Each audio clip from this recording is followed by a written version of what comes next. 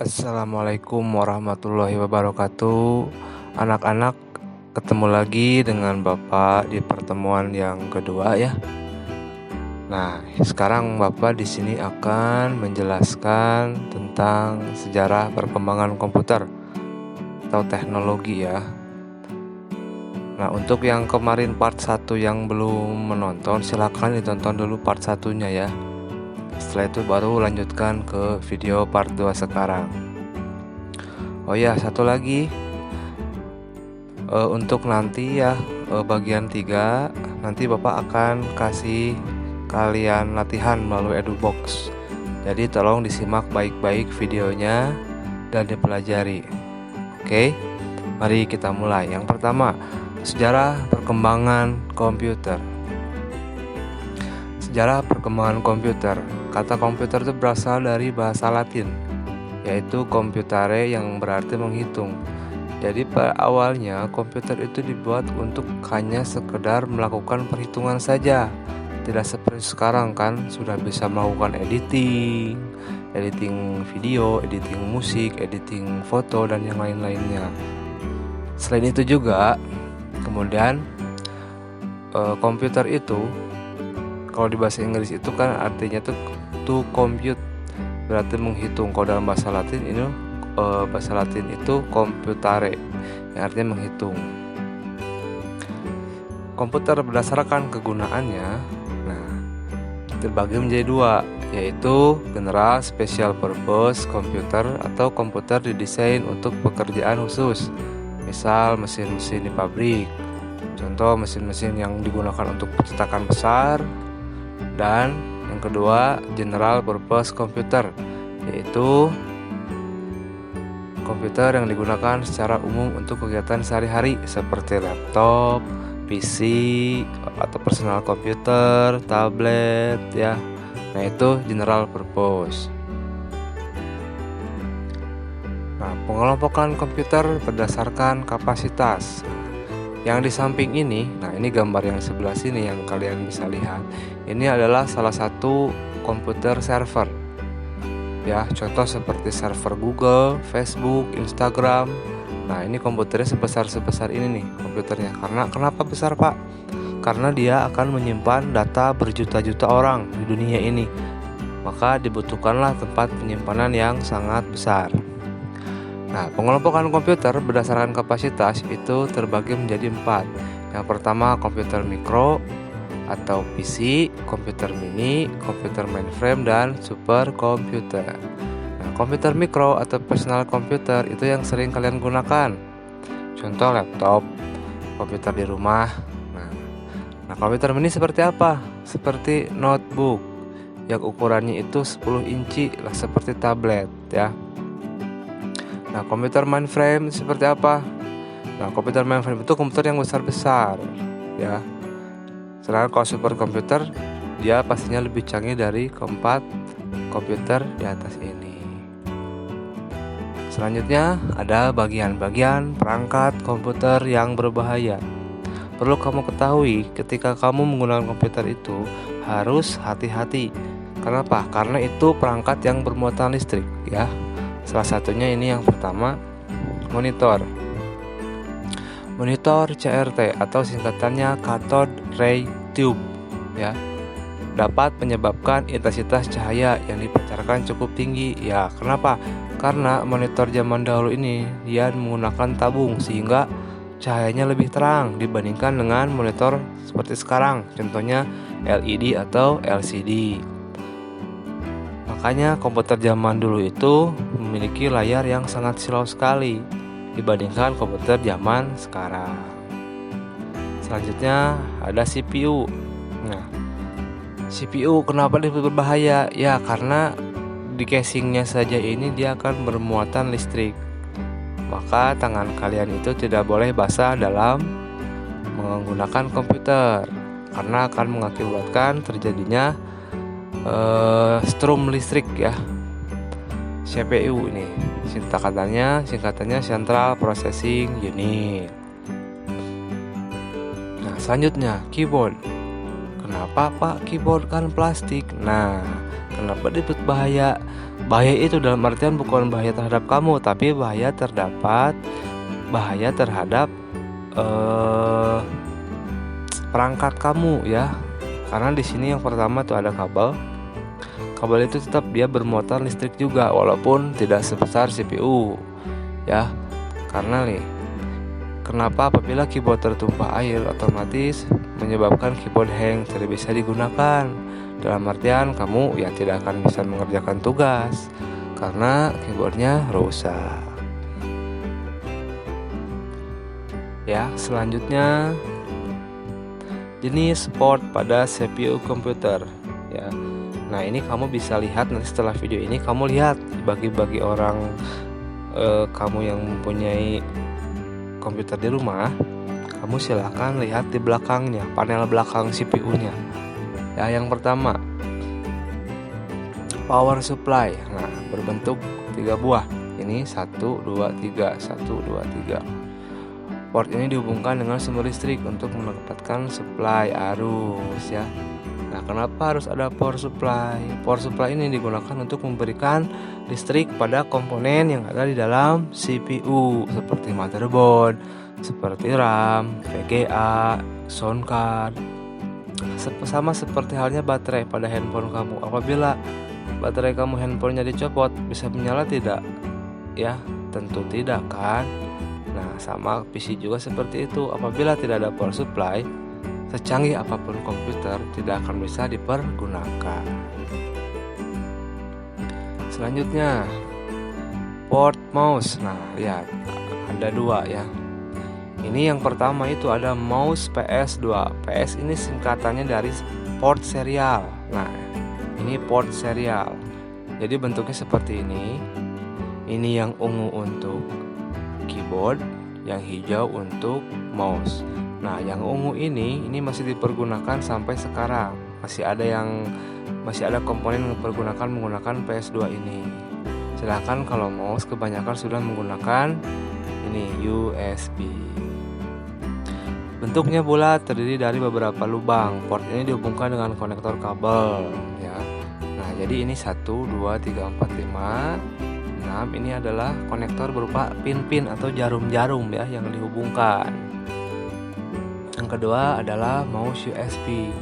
Mouse dengan ujung konektor berupa USB dihubungkan dengan port USB. Nah, ini ujungnya seperti ini. Ya, pada dasarnya penggunaannya tetap sama saja, cuman hanya berbeda portnya saja. Ini PS2, yang tadi mouse ya. Selanjutnya ada port modem Ethernet. Nah, berfungsi untuk mengkoneksikan jaringan atau dengan internet. Ya, ada 2 bentuk nih. Ini yang pertama ada bentuk USB, yang kedua bentuk dial up. Nah, ini kalau dial up seperti ini bentuknya. Ini yang digunakannya adalah kabel RJ11. Contoh, bagi kamu yang punya telepon rumah, coba lihat, pasti ada kabelnya itu yang nyambung ke telepon. Nah, itu disebut konektor RJ11 ya. Nah, kalau bentuk USB ya sama, kurang lebih seperti ini USB nih. Ya, tinggal dicolokkan, itu biasanya berupa modem eksternal yang tinggal kamu cabut pasang ya. Selanjutnya ada port audio. Nah, port audio itu paling penting. Kenapa? Ini berfungsi untuk memberikan hiburan untuk kalian. Nah, buat kalian nih pastinya suka main game. Main game kalau tidak ada suara pasti hampa kan ya.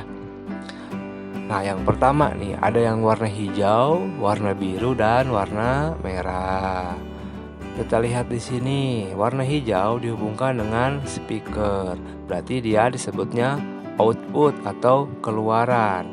Warna biru dihubungkan dengan tape recorder. Berarti dia disebutnya line in atau masuk. Ya, selanjutnya yang warna merah dihubungkan dengan mikrofon. Ini biasanya digunakan untuk merekam, ya, merekam suara kamu, merekam aktivitas berbicara kamu. Nah, ini seperti Bapak nih sedang berbicara, Bapak menggunakan port yang berwarna merah. Ya, selanjutnya, nah ini port USB, berfungsi untuk koneksi dengan flash disk, mouse, printer, scanner, handphone, dan card reader.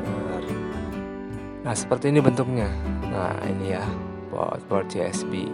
Silahkan dicek bagi yang mempunyai laptop atau komputer, dicek pasti ada portnya.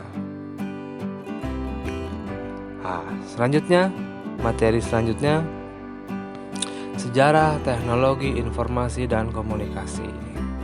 Kenapa harus belajar sejarah? Karena apa yang kamu dapat, apa yang kamu lihat, apa yang kamu pergunakan ini tidak mungkin ada secara tiba-tiba, tetapi melalui evolusi waktu yang sangat panjang. Dari mana ada tiba-tiba ada handphone, ada televisi, itu ada evolusi yang panjang ya. Yang pertama, lihat. Kita lihat dulu ke yang pertama tadi, komputer itu kan artinya to compute. Nah, pada awalnya sejarahnya itu gini ya, nenek moyang kita itu kan awalnya itu nih seperti ini, menghitung hewan ternak yang digembalakan setiap pagi, melepas hewan. Nah, mencocokkan jumlah hewan ternak dan jumlah karatan pada pohon tersebut sebelum membawanya pulang ke kandang. Nah, alat-alat yang paling simpel untuk alat hitung yaitu jari tangan, batu kerikil, dan simpul-simpul pada tali. Nah, sejarah perkembangan komputer. Nah, komputer itu perkembangannya hampir 12 abad ya. Nah, pada tahun 1642, penemuan pertama itu pada 1642 ya. Nah, penemuan pertama itu berupa kalkulator ya. Sebelum terjadi komputer itu ada kalkulator ya. Nah, ini penemuan selanjutnya dinamakan Pascaline. Nah, seperti ini. Menggunakan 8 roda putar bergerigi untuk menjumlahkan bilangan hingga 8 digit.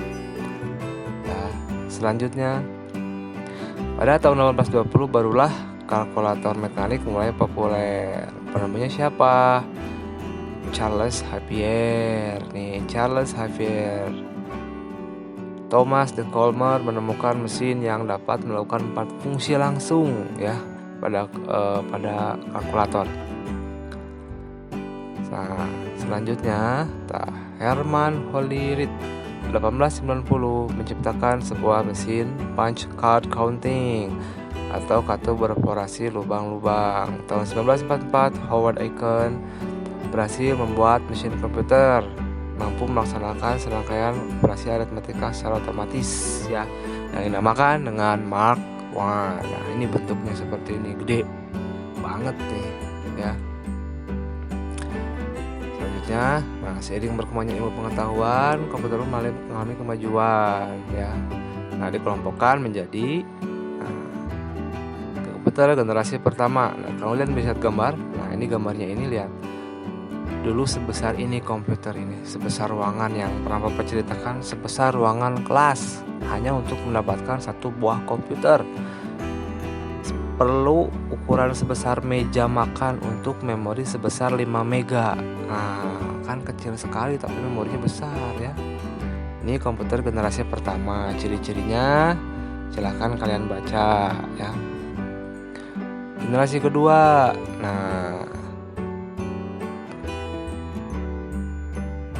ini generasi ketiga. Nah, ini generasi ketiga sudah mulai canggih ya. Dilihat dari apa? Dari dia sudah mulai menggunakan operating system seperti Windows ya. Harganya lebih murah, listrik lebih hemat. Iya, karena apa? Bentuknya pun lebih simpel, lebih kecil dibandingkan komputer generasi kedua. Generasi keempat, dia lebih kecil lagi bentuknya ya, disederhanakan lagi.